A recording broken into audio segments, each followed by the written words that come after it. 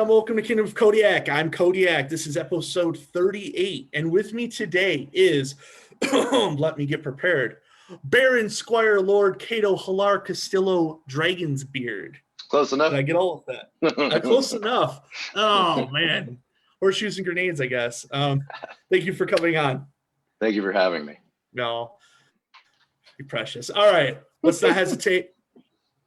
Let's go to the bare necessities. Sorry, Sin. How long have you been playing Amtgard? Just about 4 years now. Okay. And how long have you been aware of Amtgard? I think about the same amount of time when a big group of us decided that we wanted to do some type of LARP. We looked into a bunch of them and found out that Thorn Mountain used to exist in the town that we're from. So we looked more into it and reinvigorated it. Awesome. Awesome. And so that also kind of explains what brought you, is you were looking for a LARP anyways, and you found a LARP, and there happened to be an Amtgard park that once existed there. Fits all, checks all the boxes, as they would say. What about Cato? Can you tell me a little bit about the persona? That actually took maybe about 3 months as we started playing. I was really thinking about the name. And I was kind of going through the Dungeons and Dragons way of doing it by Google searching, name generating, or looking up historical figures. Mm-hmm. And I kind of kept getting, the obvious was Cato from Green Hornet, and then Cato from the Hunger Games, which I don't reflect very much, I don't think. And then Cato, was it Greek philosopher, I believe?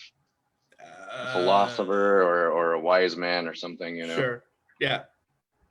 That was the one that brought me to it. I was like, oh, okay, Cato, like a noble kind of, and then I think he was a warrior too or something. Don't quote me, but the more I read into that name, I was like, I think that's the one. And then Dragonsbeard just that sprung into my head immediately. So it used to be just Cato Dragonsbeard.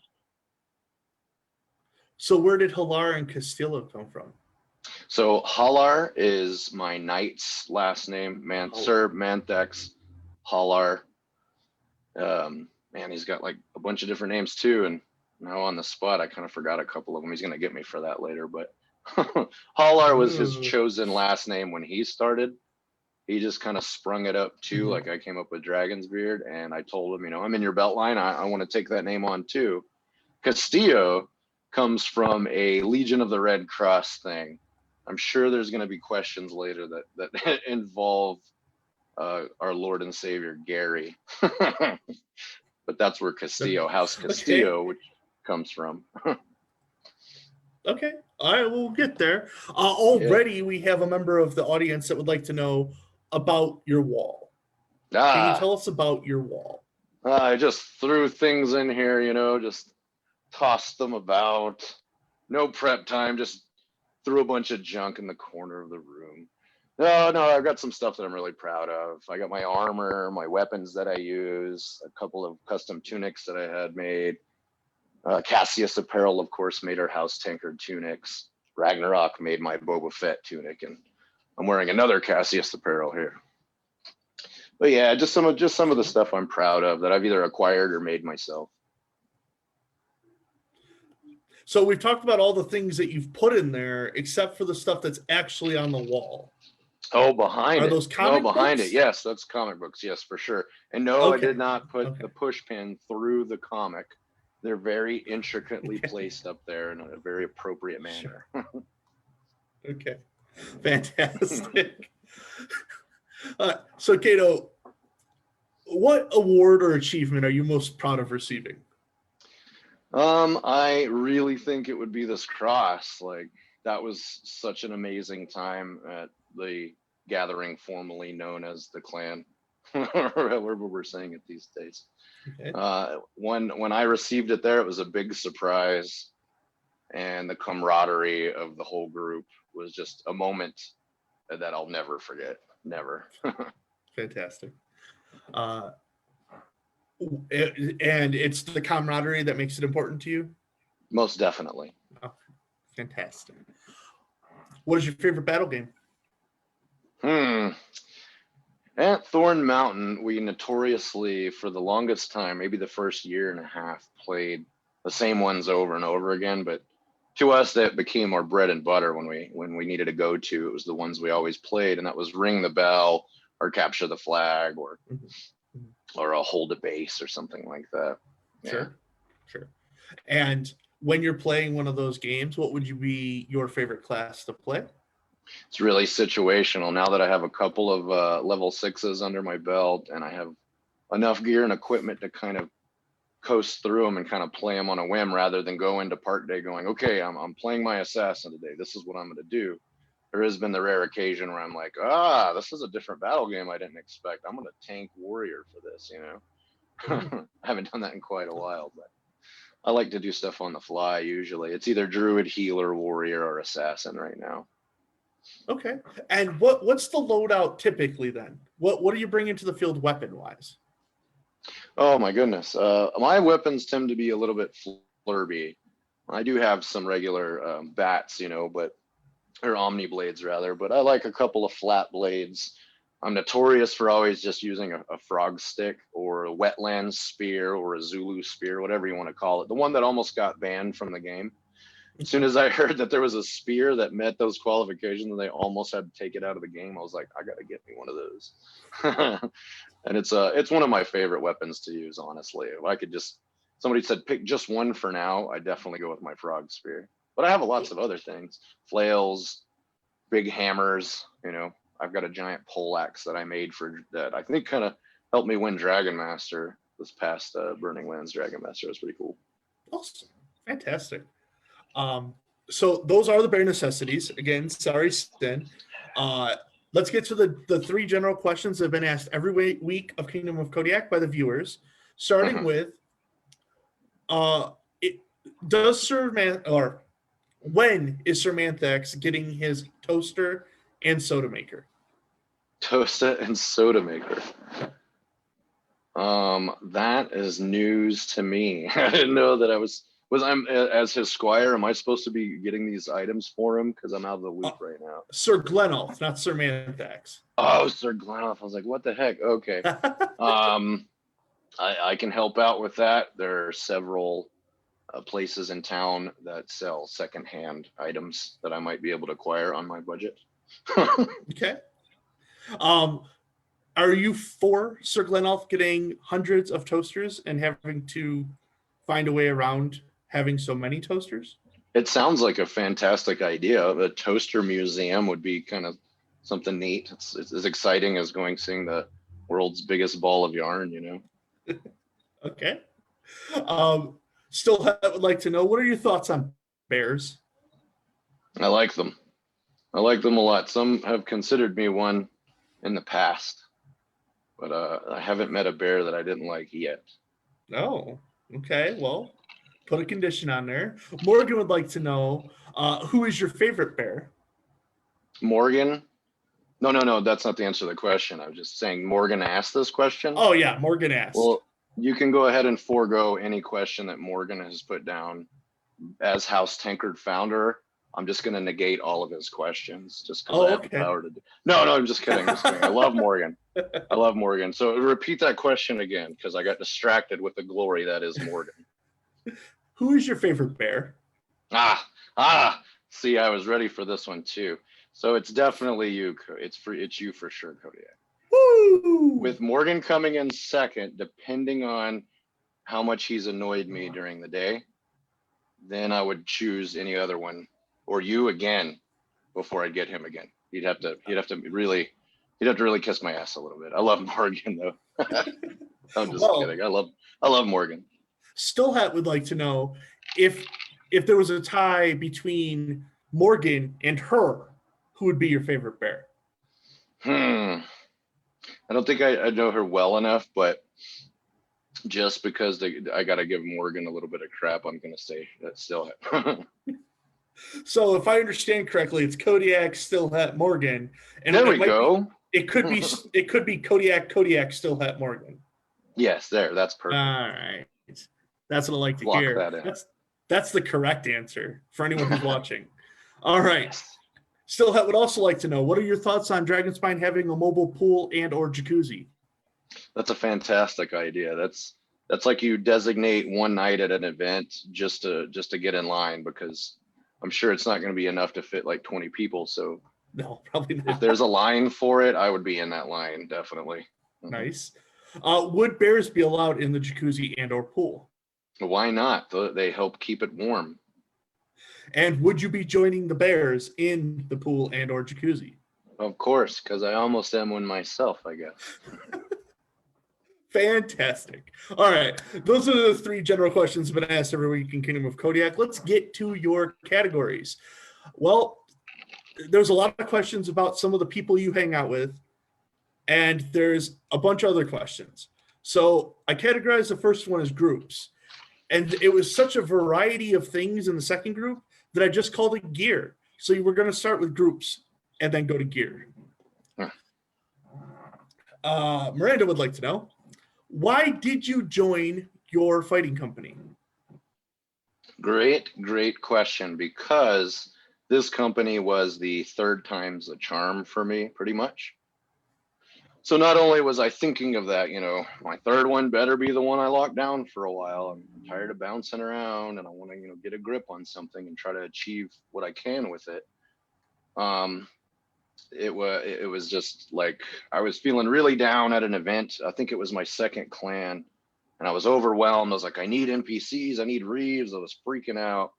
And some of the peons and Legion guys pulled me aside randomly, probably because I think I was talking to Muse the night before or something. But those guys kind of helped pull me out of a funk and lift my spirits. And then I went in full of positivity for the next quest, and it ended up working out really well with a minimum crew.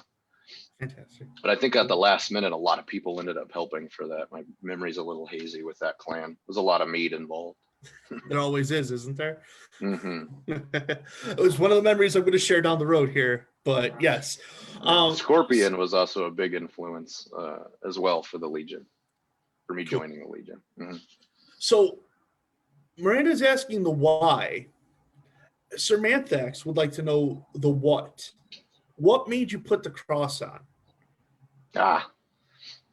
It falls back to camaraderie. It's just around the Legion campfire, and then the revelry and songs we sing and fun to be had there, and then just their battlefield prowess too. I've been in a couple of lines for battle games with them, or done line training with them, and they're all amazing fighters. You can learn a lot from them, and I have a lot of fun with it for sure. And that's what's kept me going. Awesome. Okay. Now a couple of fighting company specific things here. Okay. Why does God will it?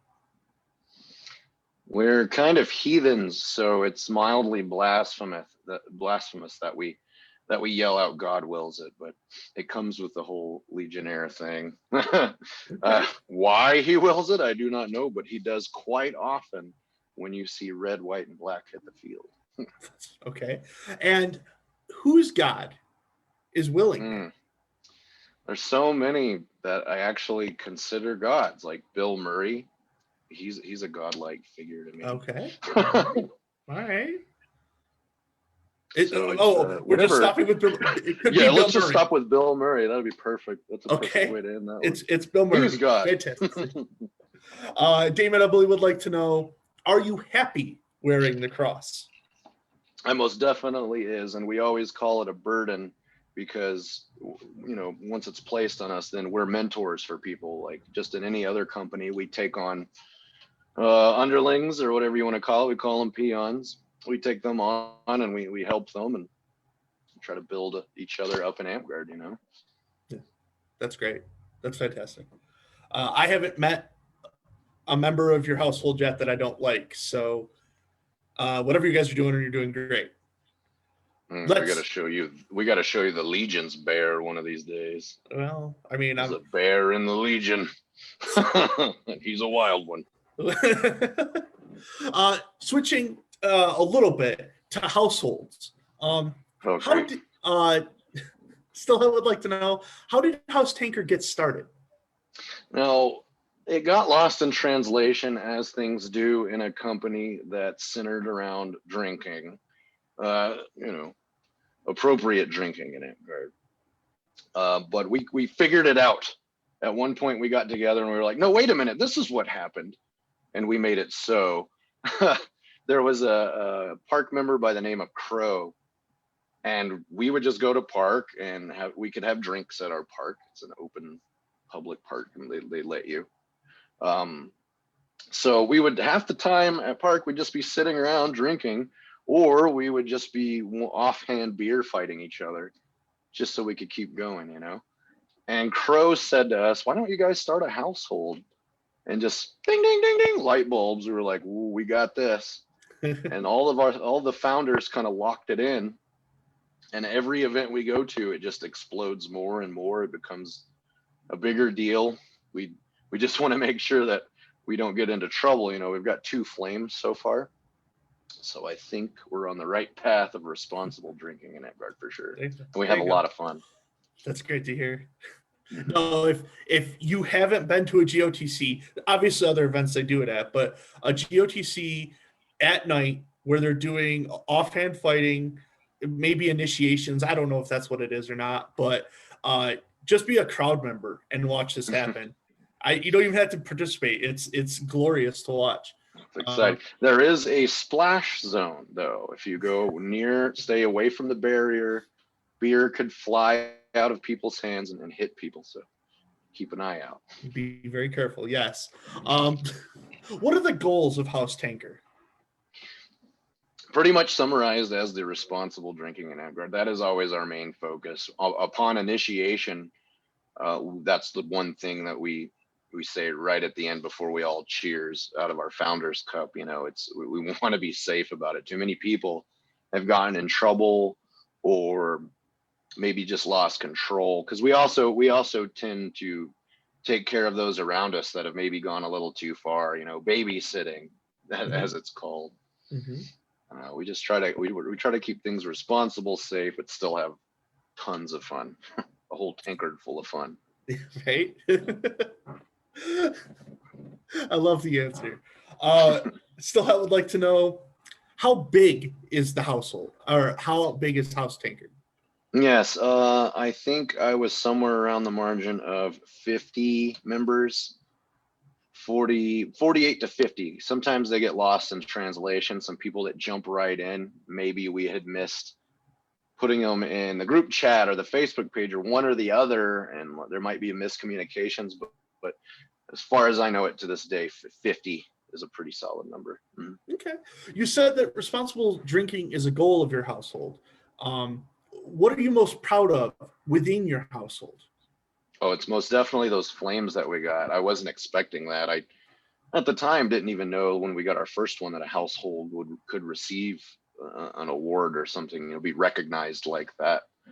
So those 2 flames were really awesome. We're very proud of them. Can you tell us a little bit about those? How did you get flames? How did the house get flames? I think they usually come from just the service that we do at events. We'll do the inflatable pub, and that's usually sponsored by House Tankard. We call it the Tilted Tankard Roleplay Tavern. There's a Facebook page for that as well. I think there's about 50 members on that. And so when we go to these events and put on this show for everyone, you know, it could be quest related or for their theme, or maybe someone kind of rents it. Like the last known World War I went to, it was like a couple of years ago. They used the pub for their little bar. We didn't do quests or anything. They just kind of rented it out. Cool. I got the honor 2 years ago of helping make sure that tavern got set up. I got to run around the buildings when we were trying to find an outlet. It's a fun process, isn't it? Oh yeah, all sorts of fun. We were there early, and it was just like, well, we might as well help. Plus, this is where we're going to spend a chunk of our time. So the sooner it's up and running. Oh yeah, the Tilted Tankard Roleplay Tavern, which is a mouthful, but it can't be done without volunteers and helpers like that. That we just, a couple of us trying to come up with everything. Volunteers are just the backbone of that organization for sure. Sure. Cool, cool. Let's see. Jennifer Stewart, you might know her. Mm. She wants to know about your favorite house tankard initiation. Oh my God, there's so many good ones. Uh, just to rattle off a few quick ones. I've seen initiations where they're supposed to finish their drink before a 10 round. I've seen a couple of people just boom down it and then go into their 10 round. And I'm like, we usually consecutively drink on it throughout the fight, but that's part of the initiation. You have to finish a beer during your 10 rounds, and if it gets knocked out of your hand, then you have to open a new one. Now, another spitball story is I've seen lots of people drop many of beers, and we make them pick it up and finish it and then open a new one. And I've seen people go through them just more than a 10 rounds worth for sure. But I think my most favorite story, if I may brag, was it was at a clan where we had 3 or 4 initiates in one night, and all the founders were like, why don't you get out there, Cato, and run through a couple of them, man? We're trying to figure out who fights who and where's this person. Manthex is in the ditch line, he can't fight anybody. Why don't you get in there and knock a couple of them out? So I went like against 3 of them, and by the 3rd initiate, all the foam built up in my system, and I had to stop, and I was like, hold on. Boom, purged out the foam, caught my composure, and then went back in and finished the fight. So I was like, yeah, yeah, I'm fine. 3 in a row. Welcome to House Tanker. Yeah, you did it. Yeah. I'm gonna go lay down. Okay. Still would like to know, have you thought about having a babysitter household as part of like a sister tankard or something to that effect? We have dabbled with the idea of a self-proclaimed offshoot of House Tankard called Sippy Cup. Now, that was just the young kids of Thorn Mountain that weren't 21 that couldn't join House Tankard. So we'd be drinking in merriment and shout House Tankard, at the top of our lungs, and then these kids would go Sippy Cup. And that kind of got started that way. That could be something that could be done, but we're so careful and try to be responsible that we don't really want to get children involved, Sure. So it's a silly idea, but there could be some form of offshoot like that, maybe even called Sippy Cup, that's like lightweight drinkers or people that don't drink at all, that actually, maybe push the House Tankard members around in a wheelbarrow when they drink too much. That'd be great. A taxi service at events, if you will. Yeah. If Dom and Dever can ever get their stuff in order, maybe a golf cart dragon. That would be cool too, but I would love to just take a million pictures of random people being carted off in like old wooden wheelbarrows. Yeah. Final question inside of your group's question list. Are you part of a Star Wars Amtgard household? Now, I know there's a couple of them because I am a collector of households. I had so many I couldn't remember writing them. I tried to write them all down and I just couldn't remember them all. I'm in tons of them. I just jump into them if I get the opportunity. But I'm not like in like a Star Wars fans household, but I am part of House Mandalorian. Those are just a bunch of guys out of Lubbock and the Abilene area. It's kind of that neck of the woods. A lot of the Hand is in House Mandalorian, if you're familiar with that fighting company. They're a bunch of really cool guys, very talented. Valance, Jester, I think his name is, I can't remember his Amtgard name. His name's RT on Facebook, but he does a lot of great quality masks and weapons. But House Mandalore is very, very awesome. And we talk about Star Wars about 50% of the time, usually Boba Fett, Mandalorian related, Awesome. Okay, so let's get to the gear side of your questions. And we're going to start off with something that's going to kind of follow track here. Morgan would like to know your favorite event and why. It would have to be the first gathering of clans that we went to. It was such an experience that we've never seen before. just getting into Amp Guard, and all of a sudden we're thrown into a 500, 600 person event. Mhm. It was amazing. It was magical. So many things transpired. Muse is sending me messages as I'm doing this to distract me and throw me off. Where was I? My dyslexic mind asked. Favorite event and why? And you said it was your first GOTC. Yeah, because so many things came of that. We decided to join the Burning Lands because we weren't fully established. That kind of sealed the deal on that. We checked out so many different things. It was, I think that was what, 3.5 years ago. Muse again. He's so messing me up. My computer and my phone are throwing me off. Anyways, sorry. Yeah, it has to be that first one. I met, Altair Kicking Drum. That was the first time that I rolled around with him, and it was an amazing time. I'll never forget it. We pissed off so many people drinking and playing drums. Which is fantastic. It's good stuff. There's a little mini section in here called the RP Tavern. You've mentioned it quite a few times, but this Jennifer Stewart person, you may know her, was interested in asking, why the hell did you buy an inflatable pup? Yes. So long ago, Cato came into some fun money that he abused horribly. He bought 6 tunics for every founding member of House Tancred.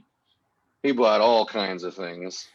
But he was looking online one day and a glorious thing appeared in front of him. It wasn't quite what the pub is now. This thing was massive. It had 2 bigger rooms. It had you could go straight through it. And I was like, the gears started turning. Battle games and quests and it's a pub, so maybe there's drinking games, and it all just brewed, and I hit purchase. And several months later, because it was imported from China, I think it was imported from China. Everything is in Chinese on it, but it was born, and it's still alive. It's still surviving. It's a little faded, but it's done its job. I don't know if it's necessarily paid for itself. I'm gonna have to crack the whip on that pub a little harder. But in good times and fun and merriment, that thing has definitely paid for itself tenfold. Absolutely. What would you say are your long-term goals for the pub? I'd like to have a very structured system to where it's very easy, very casual for anyone to pick up the props, the guidelines, the kind of what do you call it? Like, you kind of set it all out, you get it all ready, everything, like have it down to a system that's very easy for anybody to pick up. Because we always have volunteer tavern masters. And we'll have them come in and we'll throw everything in front of them and be like, this is what's going on. If you want to help out, this is what we got to do. And most people can catch on pretty quickly, but I would like to develop some kind of system where everything packs in my trailer perfectly. Mm-hmm. Props, Mm-hmm. I have back stock of props, I have back stock of costumes, all in totes and things. My ultimate dream here, to where every time I go to an event, it's a very efficient pack up and pack in kind of thing. Because every single time it's been kind of a mess. You've been there for a couple of them, and it's just throw everything here, put it all here, stage it here. I wish it was just a little bit more organized. So that's what I kind of see for the future of it. I want to tighten it up, make it more efficient, and try to just go to other places we haven't gone before when we're able to. I want to go a little further north with it. Do you have any spoilers or any quests that you are getting ready but haven't got to use yet that you could give us a little insight to? Sure. So this, now called Gathering for Burning Lands, was going to be perfect. Like, I don't want to spoil too many secrets just to keep it going for when it finally does happen. But it could involve Legionnaires. It could involve some Monty Python shenanigans. I'm here. I'm listening. There may be coconuts. So there's a little hint. Bring some coconuts for the next gathering for sure. And it's going to be legendary. In fact, another little thing about that is I get to kind of take a break. Well, not really. I'm down as one of the autocrats, one of the mainline autocrats. I think there's 3 of us. So I have to push that off to someone else to handle that department for me. And Valance and Calthrax took up the reins, and they were getting ready to do a crazy thing with the Drunken Dragon and the Tilted Tankard Roleplay Tavern. That I'm sure they're still going to want to party with that, because they were coming up with some amazing ideas, joining those 2 taverns together. And Valance with his night quests, it was going to be amazing. So the next one's just going to be, wherever it may be, who knows, it'll be outstanding for sure. Well, bring coconuts. Yeah. Maybe there's some bonus points for that. What direction? This is coming off of the tavern. We're done talking about the pub for a minute. Sure. What direction do you want to see RP go in Amtgard? I was actually just talking to Muse about this today. We love using the Dur Uventhar. We use that manual exclusively, but we have to balance a few things out and make adjustments so that we can fit it to our theme, or try to nerf or overpower something. We kind of hope that one day that will be reimagined, reinvigorated, a new version comes out that matches everything currently, so that they work hand in hand a little bit better. Even something stemming as like adding a race to your existing class by using that manual would be of considerable help for running quests and campaigns and all kinds of cool stuff during events for sure. All right. But it's also fun to just make that stuff up as you go, because you're like, I'm the Grand Tavern Master, and I don't care what the Dur Uventhar says. That dragon has 10 legs, technically. So a slight deviation, but still going around the same lines. If you wanted to, if you could add one rule to Amtgard's rules of play right now, no questions asked, what would it be and why? Back shields. Oh my god! The Ninja People Turtle. hate me for this. People hate me for this, but the biggest thing was I was like, I was thinking of all these things, and I'm like, when I'm a tank warrior, I could backpack that, and then I could get away with using all kinds of other different weapons. I think a back shield would be legit, and everybody hates it, and it makes me laugh. I would just make that happen, so I could kind of laugh at everyone, like, ha ha! Back shields are legal now, and I'm gonna wear one every time I can. Muse has heard me say back shields, and he's yelling at me. So that means the surprise is probably ruined. I think he's right around the corner. Well, you just got Morgan to do a re in the chat, because nice. So, Jennifer Stewart, you might know her. Yes, you've mentioned her a couple of times. Yeah, she hasn't asked a lot of questions in any other conversations, but apparently for you, she wants to know your opinion. How did your park become part of the Burning Lands?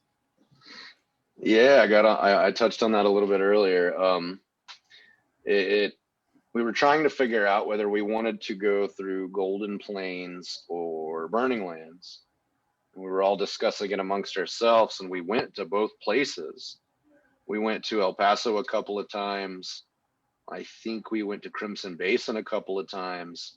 We went to Iron Gate, a couple other places like that. And, no offense to Golden Plains. I love so many of them to death.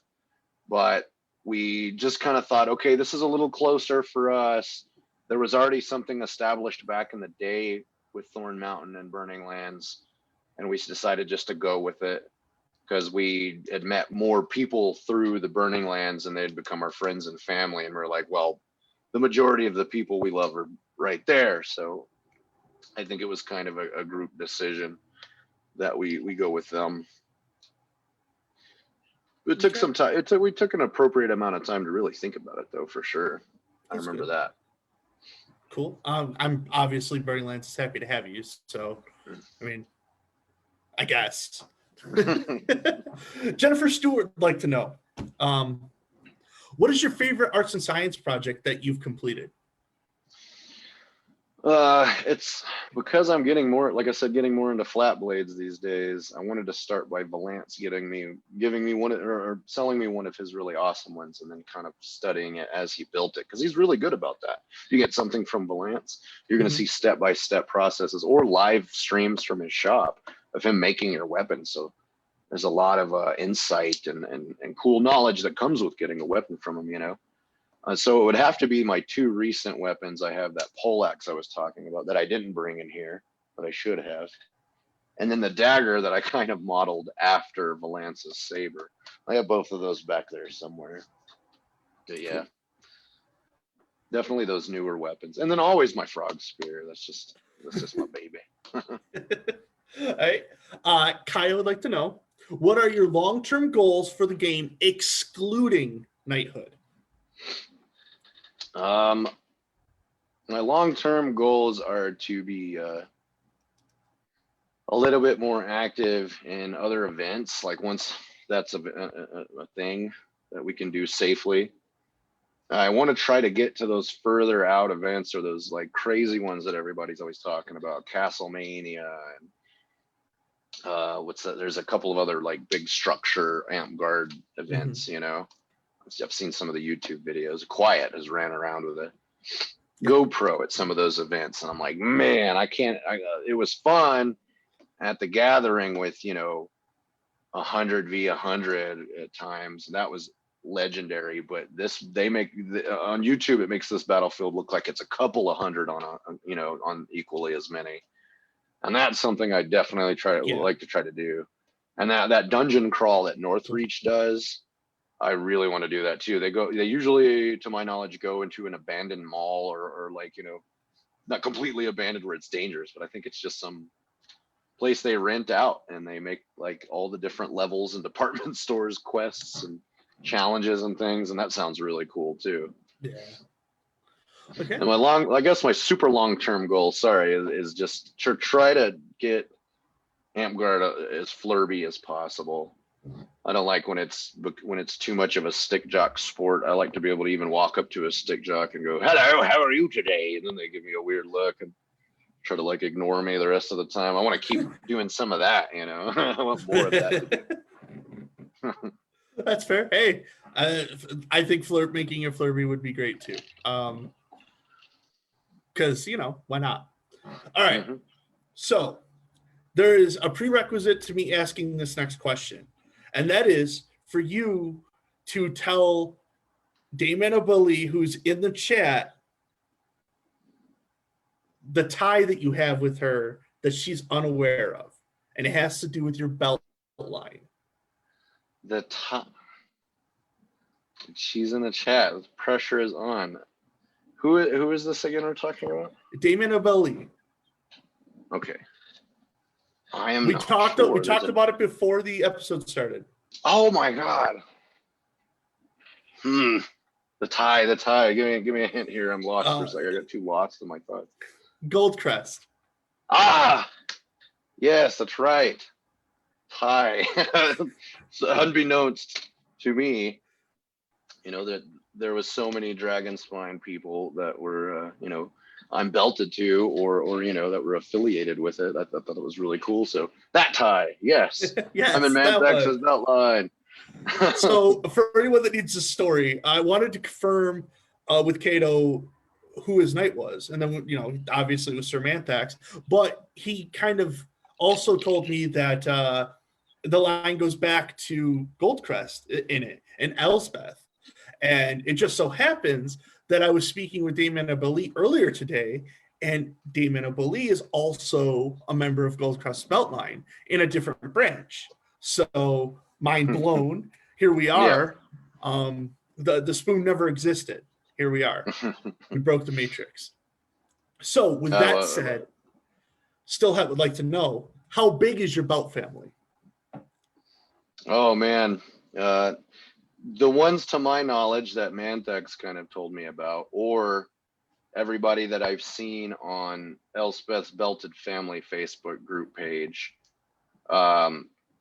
counting would be impossible. And I honestly don't know a lot of them, but it is nice that that Facebook page is in place. I don't know the number. If you were just saying knights, or are you trying to get the number on knights, squires, pages, all of that? Because because that list is so crazy. The Amped wiki will only tell you so much, you know. This is the interesting thing about this conversation. So your belt family obviously goes past Manthax. Manthax had a knight or whatnot. But what about Manthax down? Can you tell me about that? Manthax and down. So that's Clowder for sure. Clowder and I think Caliana. Was that the next one? I'm not sure. I know definitely Clowder. That's for sure. Okay. Sir Clowder is quite the character. Yes, that's true. Now, I would like to know if you could tell us the story of how you became belted. That was kind of funny because that was a fanboy situation. But the first couple of years I messed with Amtgard, I was very fanboy on Facebook, YouTube, everything, every bit of information I could soak up. I was following kingdoms and parks that I knew nothing about. And, you know, of course, we were talking to the Burning Lands about everything. And I would just always end up talking to Manthax or Ragnarok or Sylvie or Bex, Dan Kidka, like just that tight group of Burning Landers that you can always count on seeing every day there when you go. Mm-hmm. I approached Manthax at one point and like a sappy little school kid. I was like, could I be your squire? Could I be your squire? You know, I want to be your squire. It'd be cool. How do you do that? What's the process? And he was just jolly and happy about the whole thing. He's like, oh yeah, you want to be in my beltline, buddy? All right, there's two things you gotta do. Either you go double daggers for 3 months, or you do 6 months of A&S. And I was like, I'll take the double daggers. And boy, was that a rough 3 months. It doesn't seem like a long time until you can only use 2 daggers for everything but bigger ended like event tournaments or kingdom level tournaments. So that was a lot of fun, and it helped me. It either, you know, obviously it teaches you one or two things: either to attack more and be more aggressive, or to take the defense. You know, yeah. And I kind of went the defensive path, so that really helped. I can kind of time my shots a little bit. I'm not by no means that crazy of a fighter, but it did help out quite a bit. That's good. And yeah. Okay. Still would like to know your top 5 knights that have influenced your time in the game. Most definitely. That would be definitely Sir Manthax. I have to say number 1. Mm-hmm. Like, duh, you know. Sir Thurg, who is the captain of the Legion of the Black Cross. He's kind of my second favorite because his story is so amazing. Everything that he's gone through and where he is today, it just blows my mind. He has a great Amtgard story, and I'd love to like have somebody, a scribe, write it down. It's so good. I think my third would be Sir Cervantes. Anybody knows that guy? Sir Cervantes is a great man. Smiley, of course. I love Smiley to death. Every event or time that I see him, it's just so heartwarming. And you don't even have to go down the Jesus Street with him. If you just have a little conversation with Smiley about anything, he's jolly and positive and uplifting and an amazing person. Now, on the opposite end of the spectrum, there's Sir Thad from the CK, Thaddeus. Yeah. He's part of the Church of the Apocalypse. He's a character too. I kind of met him through Scorpion, and going to every time I could go to the CK, you know, go visit them, I'd see him, and like, he's a funny character himself. He's great. He's like a not put up with your shit kind of guy. So it's really funny. Okay. And then let's see, that was 4, right? So my last and final top 5. Not because that's in a specific order. I'm not putting him dead last because, you know, honestly, I'd probably put him in the middle of Manthex in third. But Sir Tristan, when I got to know him more, Mhm. and started learning about his past and his story, it was an amazing thing, and kind of helped influence a lot of the things I do usually these days. Absolutely. Yeah. No, that's a great list. Now, now you're going to get put on the spot here for the rest of Oh the boy. questions before we get to the funny ones, Oh because boy. still had a second half of that question. Mm. Top 5 future knights and why? Ah, ooh, that is a good one. Well, my very first choice, like, if I had the power to make this happen tomorrow, like it's crazy, you know, it would be Jubei. It would be Jubei all day. Jubei needs his belt because he's just bending over backwards at events and on his online presence. He's an amazing person. I think Jubei needs to be the next knight for sure. Okay. Jubei all day. And is Nikolai already a knight? Because if he's not, he should be one too. Nikolai is a great dude. I think Phoebe is doing so much great stuff online. If she's not, you know, hopefully she's qualified because she should be one too, you know. And then Cassio, I feel, is on the same path as well. And Fish is knighted, right? Am I that jerk that can't remember if my friend is knighted or not? I'm gonna get in trouble for this one later, but if Fish isn't knighted, then she needs to be. If she isn't second belted, then she should be. That's it. So there, that's how I cover myself. Give her another belt. Give her 2 belts. Okay. All right. Last question, but it's a multi-parter. We're going to have to break this down a little bit. Cool. If Paladin and Anti-Paladin are opened, why can't we also offer Grey Knight? That's an interesting thing for sure, and it's been talked about quite a bit. I am so on the fence because I've heard Muse say a lot of great things. I've heard Manthex say a lot of great things concerning this subject, and even Ragnarok said some really cool stuff. I'm kind of in the middle of the whole thing. Like, should it be available to players? Maybe, but I still feel like the Knights deserve that one prestigious thing. I mean, they get so much other they get a lot of other cool things, but I think that also should come with the territory of, I'm a knight, I can only do this. But maybe they should add a few extra classes, in my opinion, to kind of fill in that gap and take some tension off of it. They're like, well, you can't be a paladin or anti-paladin, but here's you know, this, and here's this class. Try these out and see what you think, or whatever. They kind of maybe mimic it a little, you know? So here's my thing. This is what I'm thinking, is as an option. And I've presented like 12 different options to this, and I think this is just the one of the moment for me. Let Paladin and Anti-Paladin be open, fine. But every class has perks given to knights, where only knights can obtain the perks in all the classes. That's a good one too. That one's amazing. I really like that. Me and Muse were talking about, you know, having a racial bonus if you played an elf or whatever. That could be on par with that and work hand in hand with it. Right. I think that's an amazing idea. So, I mean, obviously it's it's contentious. I know that I still want to make sure the Knights have something. And it kind of ties to the next part of this question, which is, are the Phoenixes protected for the Knights, no matter what happens? I think they should be. Yeah, the belt favor the Phoenix itself, no matter what. Yeah, I think the color scheme of all the belts, I think, you know, I have a tunic. No, it's not here. I wore it in the last video that I did that had the Thorn Mountain crest on the front. And then it has the Burning Land symbol on the back. Well, Elspeth actually made that for me. And I researched and asked as many people as I could. I was like, can I put that somewhere because it has a phoenix on it?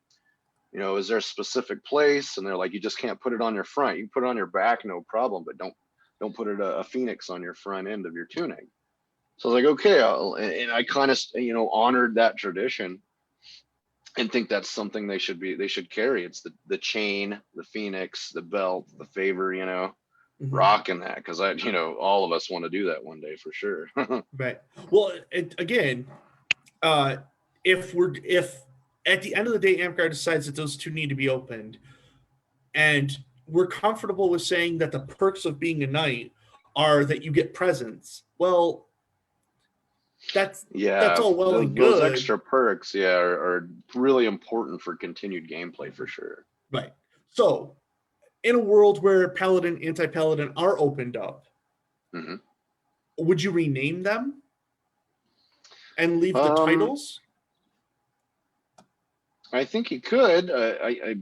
It would make sense if they were just changed, just because if they're like, we're going to open these up, we're reinvigorating this program, we want everybody to have a chance. And I'd say, yes, we should probably change the names of them a little bit. Just play with the idea a little, nothing too crazy, but just to show new reinvigoration on it. I think it should be changed slightly.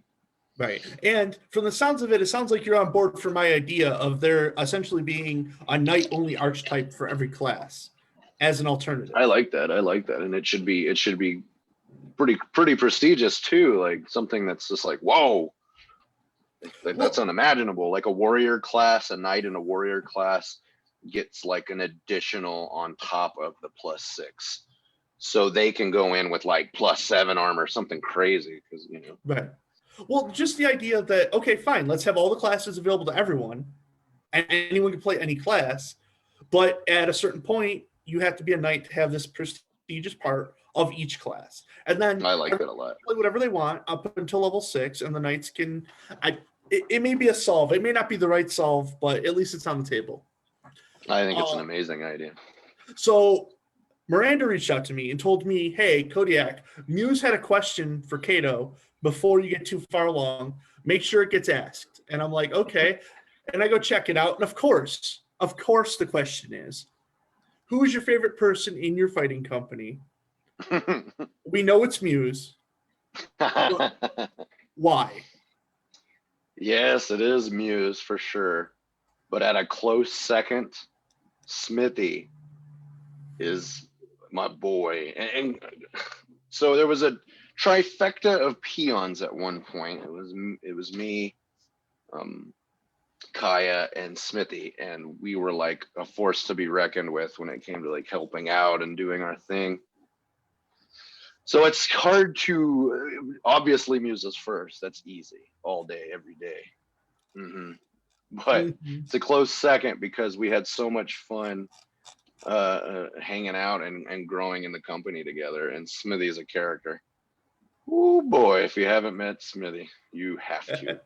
A couple quick little things about Smithy is he used to be a news broadcaster in Dallas, like just out in the field, stories, covering interesting topics. He was usually the guy who tested new products, like as seen on TV products. Right. Okay. So if you can track down Smithy's Sticky Buddy commercial and then just give him crap about it for the rest of his life, it's going to be really entertaining and worth the effort you put into it. Sticky Buddy. I'm going to look at that. I'm going to look at that. All right. Cato, we are at the last section, the most serious section that I have in KOK, and that's the funny questions. Awesome. Morgan would like to start off by asking, do junk stabs fix sloughing? Why or why not?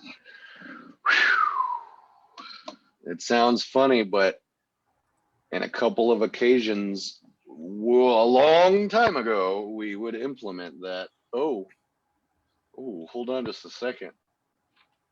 What's going on? You wanted me to wear the silly tunic? Oh yeah, sticky. Sorry, Muse just walked in. Muse, everybody. Hiding. He's running away now. I can't get him on camera, so no one will believe me. Jeez, I love seeing it. Muse is here. My day is complete.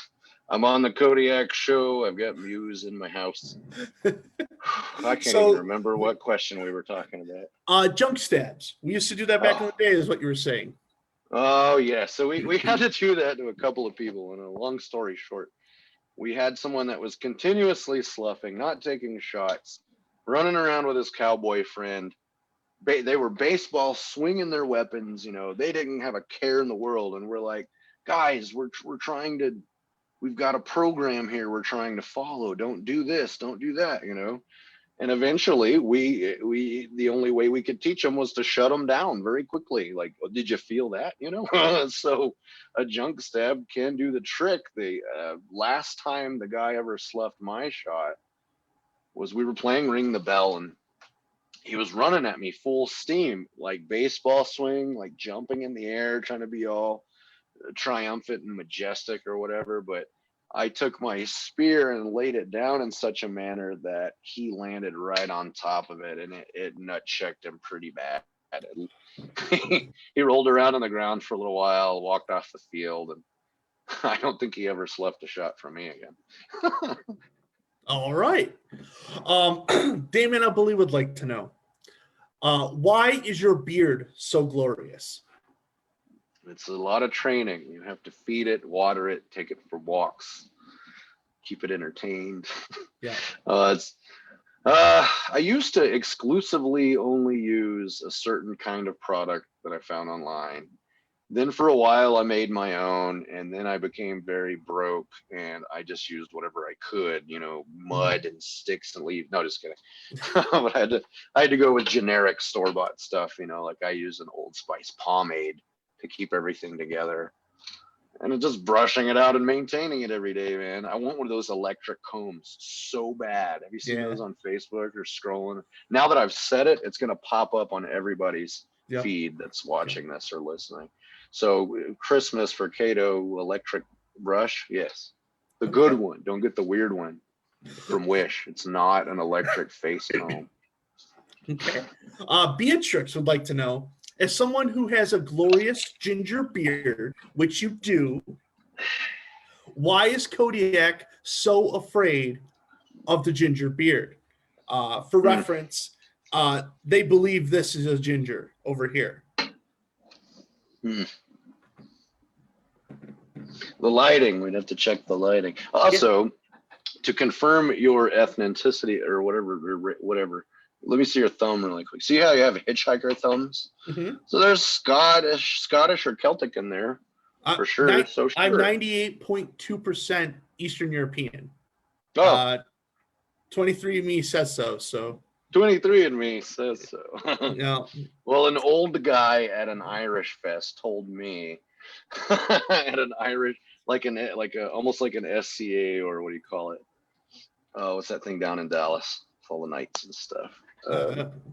Ren Fair, you know, like a Ren Texas Renaissance. You know, a guy at one of those kind of events told me that I was Welsh and Irish, so I just believed him. You know, like the green eyes and red beard. I was like, yeah, sure. But you're probably right. I don't think you're afraid of this beard, right? No. Why would they say that? You shouldn't be scared of it. Her suggestion is that because I say I'm not a ginger, I believe this to be brown and not red. You gotta get it in the sunshine, baby. Just get the sun on it, then you'll know instantly. Yeah, well, she's seen it in person and whatever. But no, I'm not scared of ginger beards. We've established that. Moving on. Kaya would like to know, explain why you need mom mode. That's the same reason why everyone needs mom mode. Sometimes we need someone to take care of us when we act dumb and lose control of what we're doing, or have somebody to hold her hand or hold her hair up while we're, you know, praying to the porcelain god. Purging, if you will. We need somebody like that to take care of us, and then she's always there to do it. So even though I was joking with her, teasing her about mom mode, she does take really good care of us when you know, when we get boo-boos or we get sick from too much whiskey. That's right. Defrick would like to know, is oatmeal a stew? We did discern that cereal is a soup. Is oatmeal a stew? So that's official. Cereal is now hereby a soup. As far as KOK goes, in that instance, then it must be a stew, for it is oats, which are grains, which are in cereal, and it's hot. If them's the rules, Oatmeal's a stew, but honestly, I prefer porridge. I'm a cream of wheat kind of guy. Oh, interesting that you bring up porridge. Still would like to know. Why is corn porridge the best porridge? I like wheat. I like the wheat germ. The corn goes to grit. It's gritty. It can make a fine porridge or a nice savory porridge. But I want my porridge to be sweet, either mapley or honey or buttery, brown sugar kind of thing, you know. Are we going to have a war of porridges here? A porridge war. That would be fantastic. Cream of wheat, I say unto you. Well, I think we found our new continuous question, guys. Is it corn or wheat? And a new household that I'm going to create. House porridge, now taking applications. Oh, there you go. Still, I would also like to know, what is your favorite flavor milkshake, and does it bring the boys to the yard? Well, if all of the boys were like me and are addicted helplessly to cereal, then I betcha a million thorns, which is the currency of Thorn Mountain, that if I made a perfect Lucky Charms milkshake like I had at Burger King several years ago, that would in fact bring all of the boys to my yard. Okay. I'm following. I'm there. Cereal milkshake, new household, also taking applications. Porridge milkshake for everyone. This is the kind of thing me and Smiley do all the time. Like, what other households can we make? How many can we be a part of? All of them. Jennifer Stewart would like to know, you may know her, what's the best part of dating a maggot? It is the prestige of getting to be a part of a Corsair camp and be welcomed and be part of the family. I have to brag on that because them some good people too.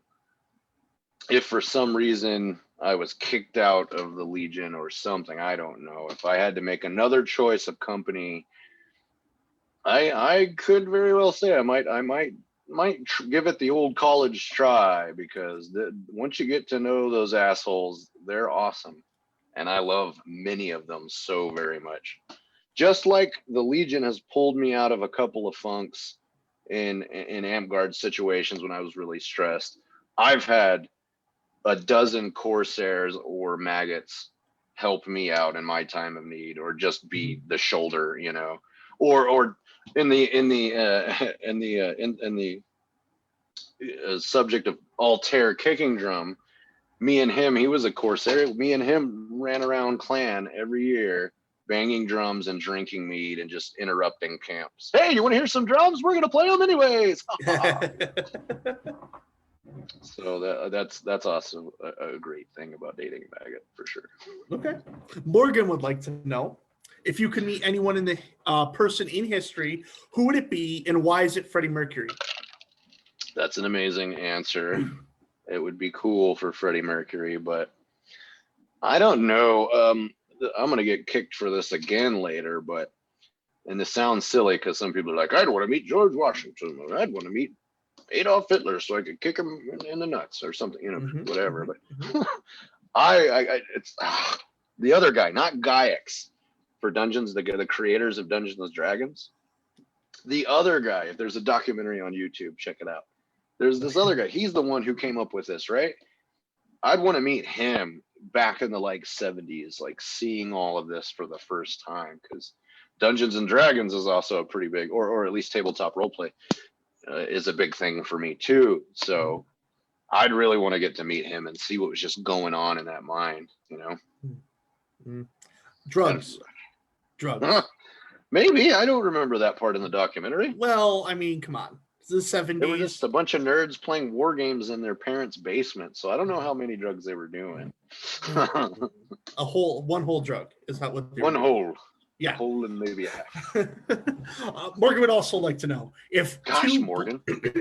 He asks a lot of questions on Kingdom of Kodiak, but we appreciate him. I love him. If two blind people had children, who would watch them? I actually peeped this one out earlier so that I could kind of get get it planted into my brain. Mhm. They would both technically have to watch that child because they got themselves into that position and they need to do the right thing, whether they're blind, deaf, or can't smell or can't hear, which is a sad thing if you can't smell, honestly. There's lots of great smells in the world. But anyways, Yeah. they would have to take initiative and figure out how to do it. They could hire somebody or have some help, but ultimately they are the parents and they should learn how to. Jeff, he's around here somewhere. Something like that. I don't know. Okay. Figure it out. 2 more. Would like to know, Boba Fett, a true criminal or a misunderstood ally?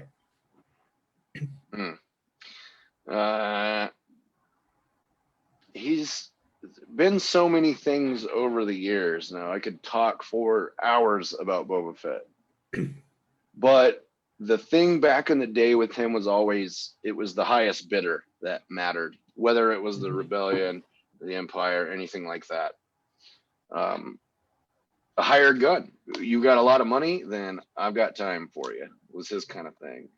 And now with this direction that he's going in, it's hard to still tell if it's, now he's just kind of, too many spoilers for Mando. I don't want to do that. I don't want to be that guy. Don't do that. Don't do that.